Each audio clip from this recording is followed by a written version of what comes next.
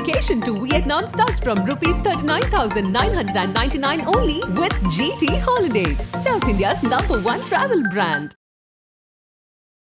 நடிகளோட வளர்ச்சி ஆரம்பமாயிருச்சா?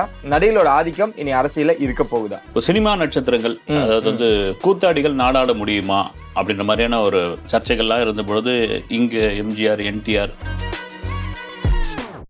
குறிப்பாக தமிழகத்தில் விஜய் கட்சி ஆரம்பித்த பிறகு, தமிழக வெற்றி கழகம் ஆரம்பித்த பிறகு, ஏங்க சும்மாங்க அதெல்லாம் விஜய் எல்லாம்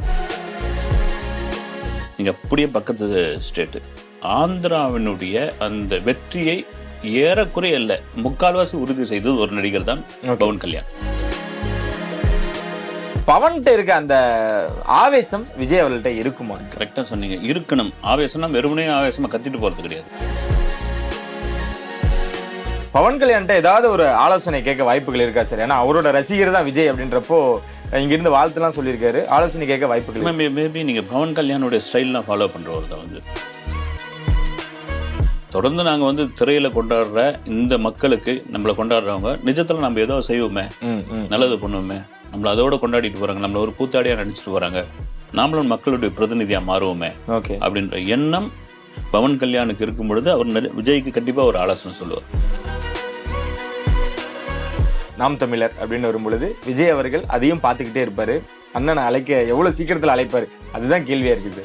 தொடர்ந்து திராவிட கட்சிகள் ஆண்டுகிட்டு இருக்கு, ஒரு மாறுதலுக்காக வரட்டுமே அப்படின் பொழுது விஜய், சீமான், விஜய் பிரபாகரன் முக்கிய நிகழ்ச்சிகளை உடனுக்குடன் குறிஞ்சி வேலையாக தெரிஞ்சுக்கல ஆதன் செயலை டெவலப் பண்ணுங்க. கீழே டிஸ்கிரிப்ஷன்ல லிங்க் இருக்கு. ஆதன் சினிமாவில் அனைவருக்கும் ஒரு பெரிய வணக்கம் அண்ட் வெல்கம் டு ஷோ. இன்னைக்கு நம்ம கூட சேர் பாலு சார் இணைஞ்சிருக்காங்க. நிறைய விஷயங்கள் பேச போறோம். சார் வணக்கம். வணக்கம், எப்படி இருக்கீங்க சார்? நல்லா இருக்கு சார். இப்போ எலெக்ஷன், என்னடா எலெக்ஷன் பத்தி கேட்கறான்னு நினைக்க வேணாம். விஜய் அவர்கள் பக்கத்து ஸ்டேட்ல இருக்கவங்களுக்கு வாழ்த்து தெரிவிக்கிறாரு. இங்க நாம் தமிழர் ஒரு அங்கீகாரம் பெற்ற ஒரு வாக்கு வயதுல வாங்கிட்டு இருக்காங்க. இவங்களோட நடிகளோட வளர்ச்சி ஆரம்பமாயிருச்சா? நடிகளோட ஆதிக்கம் இனி அரசியல இருக்க போகுதா? அதுதான் நேத்துல இருந்து எல்லாத்தோட கேள்வியா. இல்ல, நீங்க இந்த நாடாளுமன்ற தேர்தலுடைய வெற்றி, அப்புறமா ஆட்சி அமைக்க பொறுத்து பிஜேபி, அப்புறம் தொங்கு பாராளுமன்றம், இவங்களுடைய ஆதரவு வேணும், அவங்களுடைய ஆதரவு, அதுக்குள்ள போகாம நீங்க சொல்ற மாதிரி சினிமா நட்சத்திரங்கள், அதாவது கூத்தாடிகள் நாடாட முடியுமா அப்படின்ற மாதிரியான ஒரு விவாதங்கள்லாம், சர்ச்சைகள்லாம் இருந்த பொழுது இங்க எம்ஜிஆர், என்டிஆர், அதை தாண்டி ஆண்டவங்கலாம் உண்டு. அப்புறமா வந்தாங்க செல்வி ஜெயலலிதா. சினிமா கலைஞர் கூட சினிமாவுடைய ஒரு பங்களிப்பு உள்ளவர் தான். கதை, திரைக்கதை, வசனம்லாம் எழுதியிருக்காரு. இப்ப இருக்கிற கால சூழ்நிலை சோசியல் மீடியாக்கள் தான் இன்று உலகத்தை ஆண்டு கொண்டிருக்கிறது. உங்களை சோசியல் மீடியாக்குள்ள மற்ற இதுக்குள்ள இருக்கிற நீங்க இன்னைக்கு ஒரு நடிகருடைய இதை வெளிச்சம் போட்டு காட்டுற அளவுக்கு ஆயிடுச்சு. நீங்களாம் எப்படி மக்கள் முன்னாடி போயிட்டு நின்று ஒரு ஓட்டு வாங்க முடியும், அவங்களுடைய நம்பிக்கையை எப்படி பெற முடியும் அப்படின்ற மாதிரியான விமர்சனங்கள் தொடர்ந்து இருக்குது.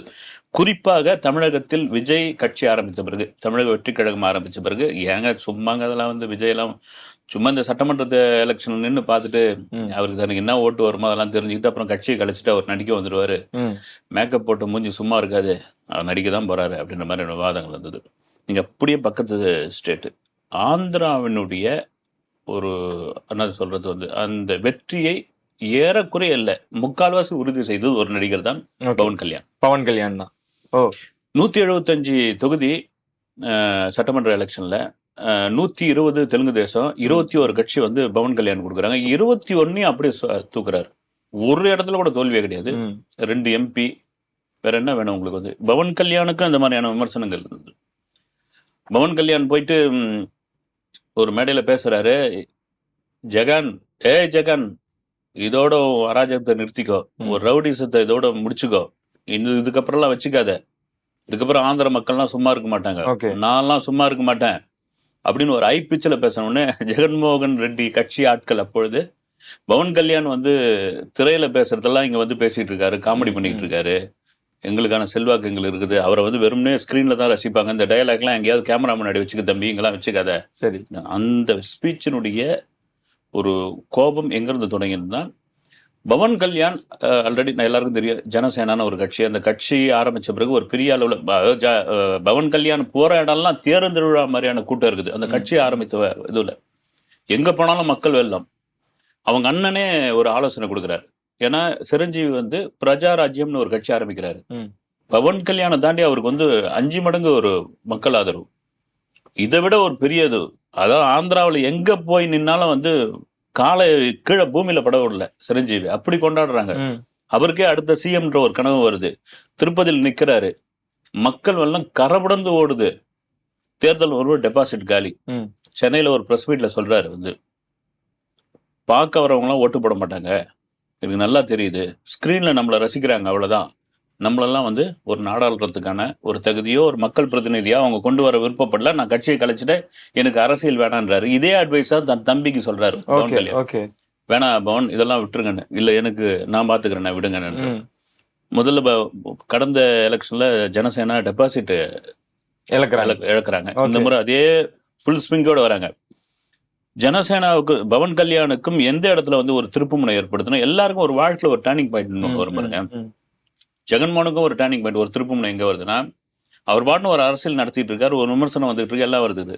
தேவையில்லாம சந்திரபாபு நாயுடு போய் கைது பண்ணது, ரெய்டு விட்டது, இதில் தான் பண்ண தப்பு தான். ஏற்கனவே அது நம்ம ஊர்ல சொல்லுவாங்களோ ஒரு பெட்டி கேஸ் மாதிரி, அந்த மாதிரி ஒரு பெட்டி கேஸ்ல போயிட்டு நீங்க கையெழுத்தணும், ஒரு ஸ்ட்ராங்கான ஒரு எவிடன்ஸோட இவர் தாங்க ஊழல்வாதி, இந்த தப்பு பண்ணியிருக்கிறாருன்னு அதை வந்து ஒரு சாத்தியக்கூறோட பண்ணியிருந்தாருன்னா ஒரு பெரிய ஆதரவு ஜெகனுக்கு கிடைச்சிருக்கும். நாயுடு என்னையா பண்ணாரு, அவர் ஏயா நீங்க வந்து தொட்டீங்கன்னு ஒண்ணு டக்குன்னு பவன் கல்யாண் போயிட்டு சந்திரபாபு நாயுடு மகனையும் பாலகிருஷ்ணாவை பார்த்து, நான் உங்களோட இருக்கிறேன், என்ன சேர்த்துங்கன்னு அந்த இடத்துல ஆரம்பிச்சதுதான் சந்திரபாபு நாயுடுக்கும் பவன் கல்யாணுக்குமான பூம்.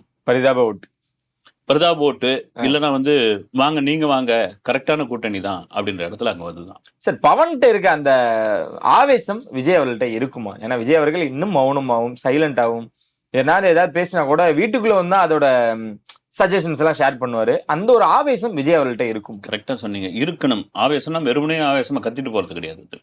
பவன் கல்யாண் ஒவ்வொரு விஷயத்துக்கும் வந்து குரல் கொடுக்குற ஒரு இது இருக்கு இல்லைங்களா, அது ஆவேசமா நீங்க அதை கூட வந்து டைலாக் நீங்க வந்து கேமரா முன்னாடி பேசிங்க இதெல்லாம் சொன்னா கூட ஒரு நிஜமான கொந்தளிப்பு தான்.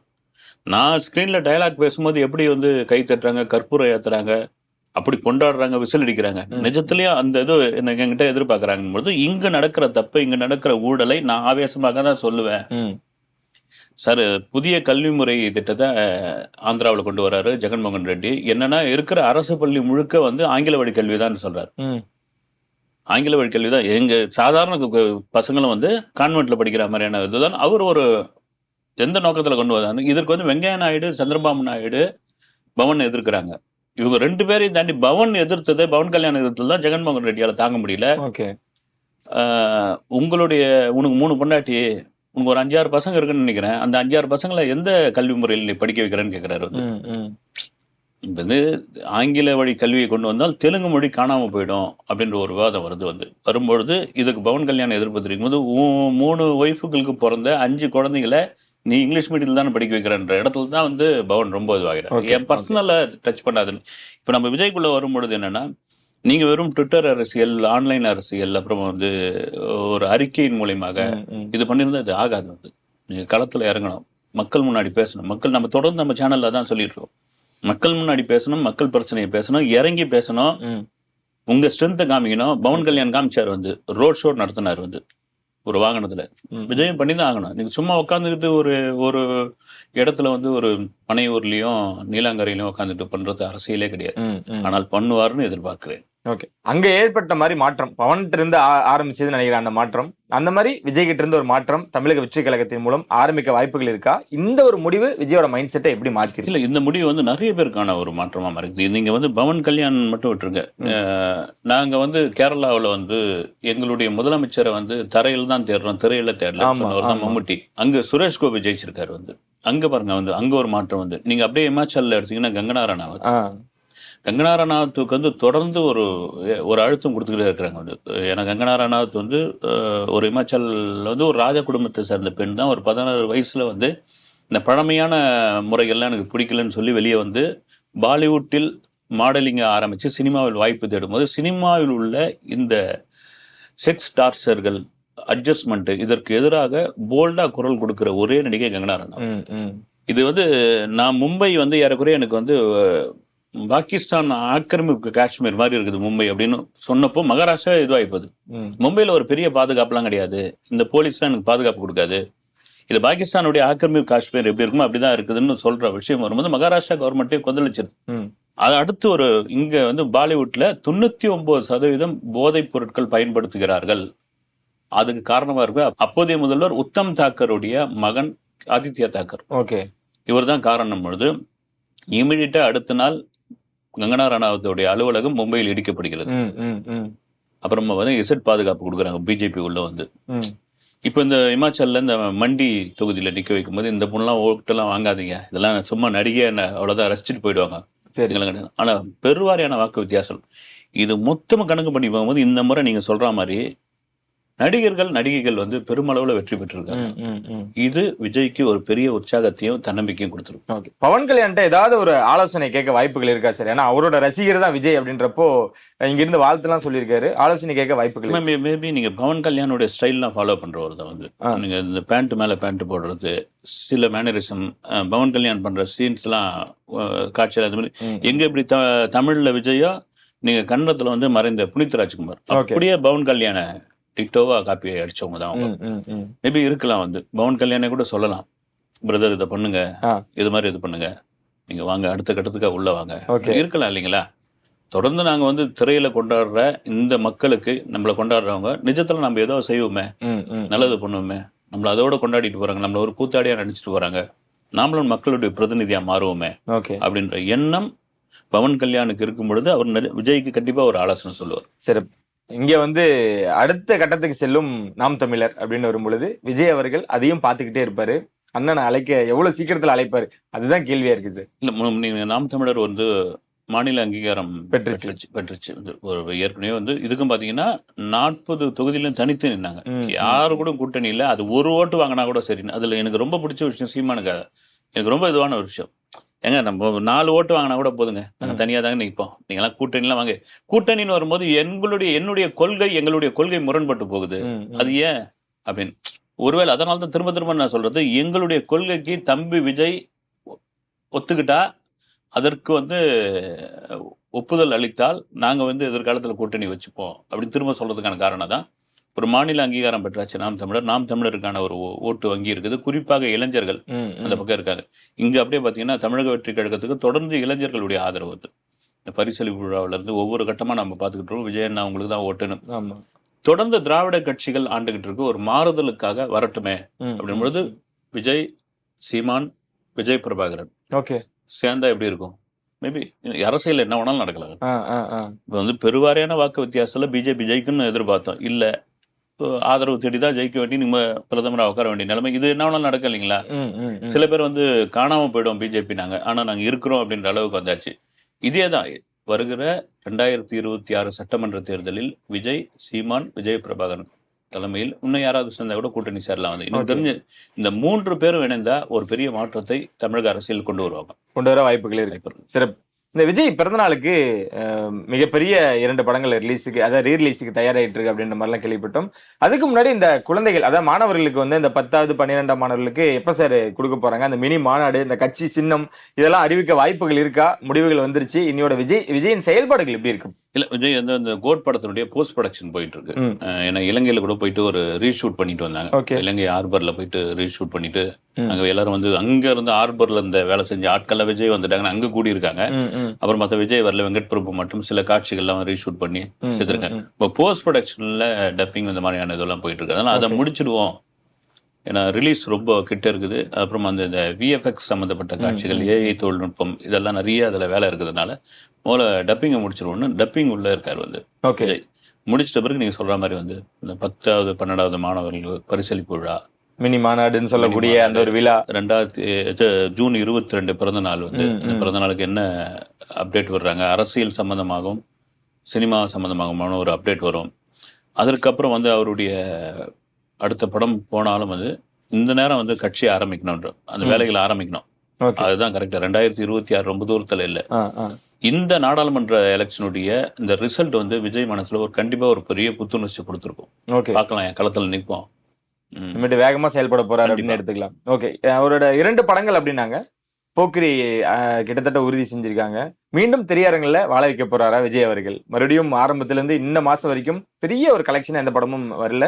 மீண்டும் விஜய் தான் அதை இது பண்ணுமா? இல்ல, இது ஒரு ரீரிலீஸ். நம்ம என்னதான் வந்து ஓடுது திரையில, ஒரு தியேட்டருக்காரங்க சம்பாதிக்கிறாங்க, அதுல டிக்கெட் கிடைக்கிறவங்கல இருந்து ஆப்ரேட்டர் வரைக்கும் அவங்களுக்கு ஒரு சம்பளம் கிடைக்குது, திரையரங்குகள் ஜெயன்னு இருக்குதுன்னு நம்ம நினைச்சாலும் சினிமா உலகத்தை நீங்க பார்க்கணும். வந்து நீங்க சொல்ற மாதிரி ஜனவரில இருந்து இப்போ வரைக்கும் பாத்தீங்கன்னா எந்த படம் ஓடுச்சு? கருடன் தான் வந்து ஒரு நல்ல ரிசல்ட்டை கொடுக்கும். Okay okay. அது கூட பெரிய ஒரு 26 கோடி இது வரைக்கும் கலெக்ட் பண்ணிடுச்சு. ஆ. ஆனா இன்னும் பெருசா போய் சேரலன்ற ஒரு ஆதங்கம் இருக்கு. ம், ஒரு வெற்றினா அது ஒரு அதிர்புதிரி வெற்றியா இருக்கணும்.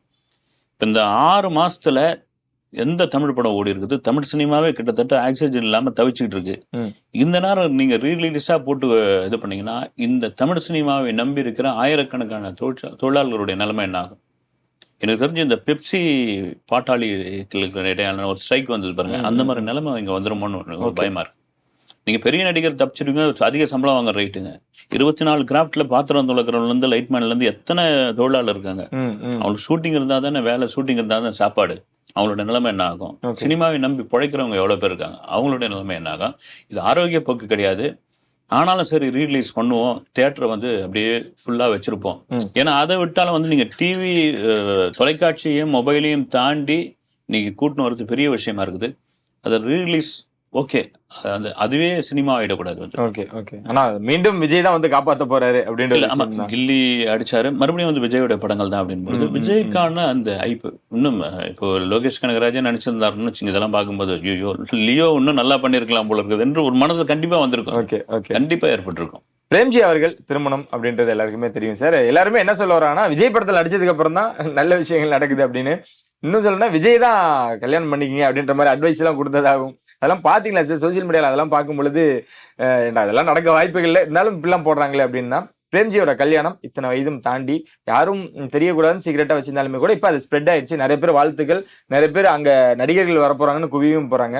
இப்படி பாக்க ரொம்ப நாட்டுக்கு முக்கியமான செய்தியான்னு கேட்பாங்க வந்து. ஓகே, ஒரு 45 வயசாயிருது, முக்கியமான விஷயம் தான். அப்புறம் போற இடம் பூரா வந்து பனியன்ல வந்து நான் சிங்கிள் போட்டு சுத்திட்டு இருந்தாரு. அவரே கலாச்சிப்பார் வந்து தொடர்ந்து. ஒரு படத்துல கூட பாத்தீங்கன்னா ஒரு தண்ணி அடிச்சுட்டு போற ஒரு கேரக்டரை பார்த்து கூப்பிட்டுட்டு ஏன்டா குடிச்சு பிரேம்ஜி மாதிரி ஆயிட்டு இருக்கான்னு இவரே சொல்லிப்பார். அது ஒரு ஓப்பனா இருக்கிற விஷயம். அதை தாண்டி வந்து அது ஒரு பெரிய வைரல் ஆச்சு. அந்த திருமண பத்திரிகை வந்து சோசியல் மீடியால போட ஆரம்பிச்சாங்க.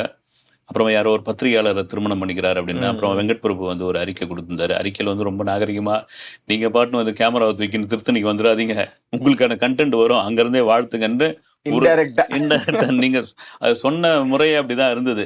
ஒரு காலத்துல பத்திரிகை வச்சு கூப்பிடுவாங்க மீடியாக்களை வந்து வாங்கன்னு. நான் ஒரு 25 வருஷத்துக்கு முன்னாடி எல்லாம் கூப்பிட்டு ஒரு கெட் டுகெதர் மாதிரியான ஒரு இது வச்சு பத்திரிகை எல்லாம் முறைப்படி கொடுத்து அவசியம் குடும்பத்தோட வந்துருங்க, யாரும் வராம இருக்காதுங்க, உங்களுடைய மீடியா உங்களுடைய எழுத்துக்களால் தான் நாங்க வளர்ந்துருக்கிறோம். அது ஒரு சும்மா ஒரு ஆனர் பண்றது தான்.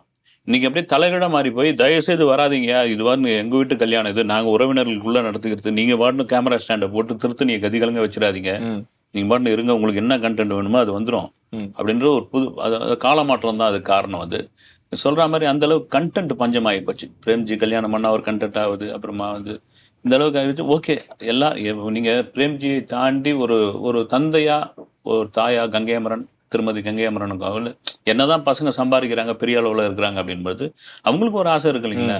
பேரம்பேத்தி வரணும், அவங்க மடியில கொஞ்சணும், அடுத்த கட்ட வாழ்க்கை, ஒரு திருமணத்தை வச்சுதானே அடுத்த கட்ட வாழ்க்கைன்ற போது அதெல்லாம் ரைட்டு, வாழ்த்துவோம்.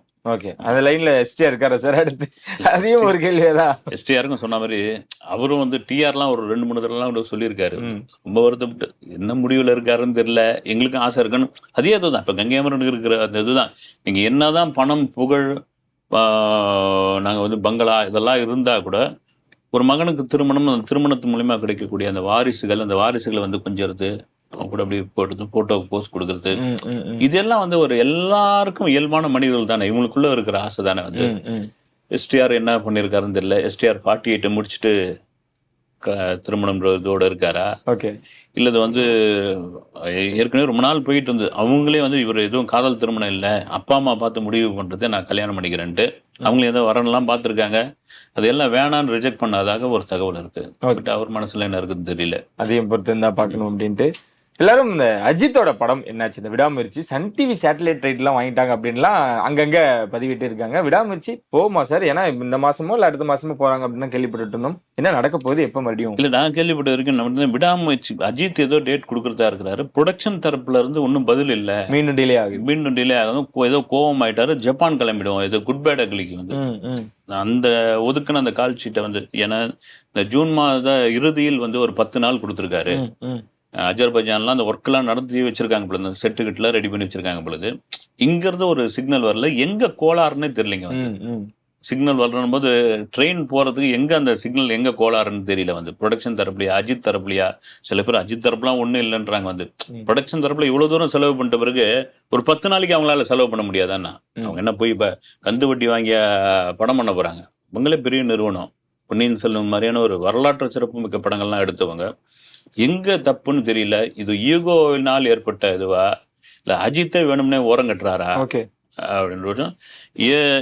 மேபி விடாமுயற்சி இல்லை அப்படின்னா குட் பேட் அக்லியோடைய அடுத்த ஷெட்யூல் வந்து ஜப்பான்ல ஷூட்டிங். ஜப்பான் தான் அதுக்குதான் ஆர்வம் கட்டுறாரு அஜித் அப்படின்னு எடுத்துக்கலாம். இந்த பக்கம் மீண்டும் சர்ச்சையில் சிக்குவாரா ரஜினி அவர்கள்? ஏன்னா இந்த பதவியேற்பு விழாக்கு அவரையும் இன்வைட் பண்ணியிருக்காங்க, அவரும் போகிறதாவும் நிறைய விஷயங்கள் இருக்கு. இமயமலை போயிருக்காரு, அங்கிருந்து புகைப்படமும் வீடியோவும் வந்துகிறதான் பார்த்து அவங்களோட ரசிகர்கள் எல்லாம் திரும்ப வந்துட்டாருங்களே. அதான் ரொம்ப சந்தோஷமா அடைஞ்சிருந்தாங்க. ஏன்னா எப்பவுமே அந்த மாதிரியான விஷயங்கள் அவர் லீக் பண்ண மாட்டாரு. இந்த வாட்டி எடுத்துக்கங்க போட்டோ தானே அப்படின்ற மாதிரிலாம் சொல்லிட்டாங்க. ரொம்ப மகிழ்ச்சியாகவும் இருக்காரு. அடுத்து கூலிக்கும் கிளம்ப போறாரு. மீண்டும் இந்த மாதிரியான சர்ச்சை, ஏன்னா சங்கி அப்படின்றதுல இருந்து கொஞ்ச நாட்களுக்கு முன்னாடி வெளியே வந்தாரு, மீண்டும் இதுக்கு போயிட்டு மறுபடியும் அந்த ஒரு டேக் இவரை தொடர்ந்துகிட்டே இருக்குமா? இல்ல மேபி வந்து நீங்க ஒரு கூப்பிடுறாங்க அப்படின்ற ஒரு இது இருக்கு இல்லைங்களா? இப்போ சவுத் இந்தியாவில இருந்து அம்பானியுடைய மகனுக்கு ஒரே ஒரு நபருக்கு தான் அழைப்பு வந்தது. இப்போ இந்த கப்பல்ல ஒரு இத்தாலி டு பிரான்ஸ் வரைக்கும் போயிருக்காங்க. அவர் வந்து செலக்டிவா செலக்ட் பண்ணி கூப்பிட்டுருக்காங்க. அதுல ஒரே ஒரு நபர் ரஜினிக்கு மட்டும் தான் கூப்பிட்டு. ரஜினி அவர்கள் நான் வரலைங்க, நான் இமயமலை போறேன், கப்பல்ல வந்து மற்றவங்க எல்லாம் யங்ஸ்டர்லாம் ஜாலியா இருக்கட்டும், அதெல்லாம் கொண்டாடட்டும், நமக்குலாம் வயசெல்லாம் ஆயிடுச்சு, இல்லைங்க உங்க ஹானர் பண்றதுக்கு தான் நீங்க வந்து நீங்க இந்த 4 மொழியில் தமிழ், தெலுங்கு, கன்னடம், மலையாளத்தில் இருந்து 4 மொழியில் உங்க தமிழ்ல தான் உங்களும் தான் கூப்பிடுறோம் அப்படின் போது ரொம்ப சந்தோஷம், நான் இமயமலைக்கு போறேன்னு கிளம்பியாச்சு. அப்படி இருக்கும் பொழுது இவ்வளவு முக்கியத்துவம் கொடுத்து கூப்பிடுறாங்க அப்படின்னு அந்த இடத்துல போய் தான் ஆகணும். ரஜினி அதோட சர்ச்சை வரது எதுதான் பண்ணாம இருந்தா சர்ச்சை வராம இருக்குது. ரஜினி இன்னைக்கு நேரத்தில் இல்ல, அவர் என்னைக்கு சினிமா இண்டஸ்ட்ரியில் வந்தாரோ எது பண்ணாலும் ரஜினி பண்ணாத சர்ச்சை தான், பரபரப்பு தான்.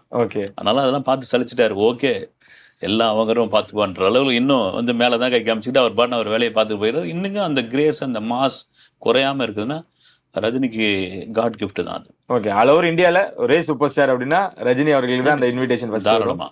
இந்த பக்கம் சூர்யா 44 அந்த லுக்லாம் ரிவீல் பண்ணியிருந்தாங்க. அவ்வளோ எக்ஸ்பெக்டேஷன்ஸ் எதுவும் பெருசா இல்லாத மாதிரி இருக்கு சார், வரவேற்பும் இல்லாம இருக்கு.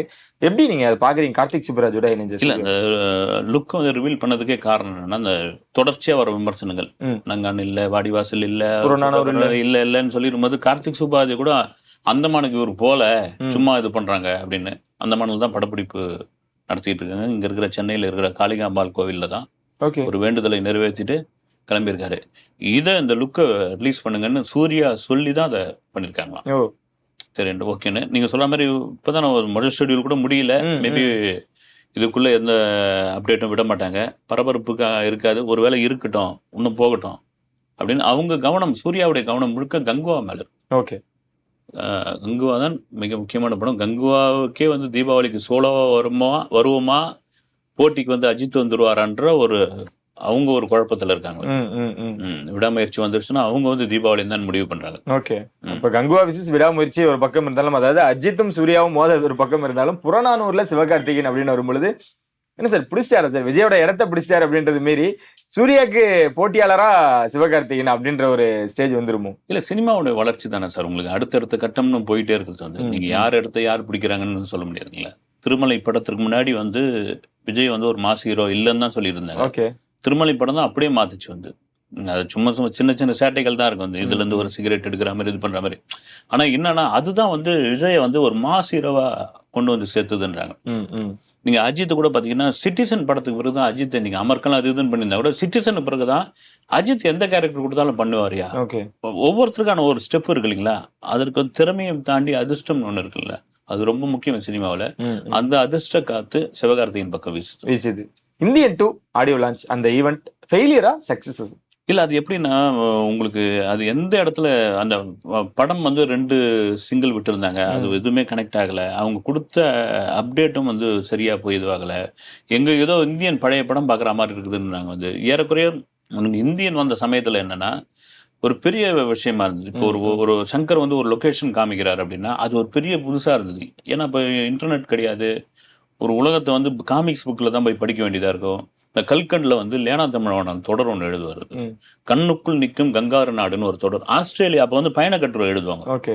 நீங்க போனீங்கன்னா இப்போ நம்ம ரிலாக்ஸ் பண்றவங்கலாம் பார்த்தீங்கன்னா ஒவ்வொரு இதுக்கும் போயிட்டு ஒவ்வொரு நாட்டுக்கும் பண்ணிக்கிட்டு இருக்காங்க. வந்து ஈஸியா தெரியுது. அப்போ பயண கட்டுரை படிக்கும்பொழுது அந்த விஷுவல் அப்படியே கொண்டு வருவாங்க. அந்த கட்டுரை எழுதும்போது அது வந்து லேனா தமிழன் எழுதுனா கண்ணுக்குள் நிற்கும் கங்காரு நாடுன்ற ஒரு ஆஸ்திரேலியா சம்பந்தமான பயண கட்டுரை அவ்வளவு பெரிய சக்சஸ். ஓகே. ஒரு உலக நாடு இப்படிதான் இருக்கும் அப்படின்னு வந்து தெரியாது அந்த காலகட்டம். நீங்க உலக சுற்று வாலிபன் வந்து ஜப்பான்ல எடுத்தாங்கன்னு போய் பார்த்ததுக்கான காரணம் என்னன்னா உலகத்தையே எம்ஜிஆர் காட்டுறாரு அப்படின்னு போய் விடுதாங்க. நீங்க ஜீன்ஸ் படத்துல உலக அதிசயம் 7 வந்து காட்டுறாரு சங்கர் அப்படின்னு. அப்படி ஒரு இது அந்த 7 போய் பண்றதுக்குள்ள அவங்க பட்டப்பாடு அவ்வளவு இது இருக்குது. அதாவது விஜய் அமிர்தராஜ் அதுக்கு ப்ரொடியூசரா இருந்தாலும் வந்து அதுக்கு பர்மிஷன் வாங்குறது, அங்க போய் கேமரா வைக்கிறது, இந்த மாதிரியான சிரமங்கள்லாம் இருந்தது. எப்படி இருக்கும் 7 அதிசயம் அப்படின்னு போய் ஆகணும். இன்னைக்கு அது சர்வசாதாரணமா ஆனதுனால வந்து இது ரைட் ஓகே கதை நல்லா இருக்குதான் நாங்க வந்து பாத்துக்கிறோம். இது மீறி வேற என்ன இருக்குது வந்து உலக அதிசயங்கள் வேற இதுவெல்லாம் நீங்க விஷுவல் ஆஸ்திரேலியாவில் இந்த பூ பூக்கும், சுவிஸ்ல வந்து இந்த எரிமலை இருக்குது, இந்த மாதிரி உதாரணத்துக்கு சொல்றேன். இப்படி எல்லாம் வந்து நிறைய நாங்க பார்த்தாச்சு. இது இன்னைக்கு வந்து விஷுவல் அவ்வளவு சீக்கிரம் ஈஸியா கிடைக்க ஆரம்பிச்சிருச்சு. இதை மீறி என்ன சொல்ல போறீங்க?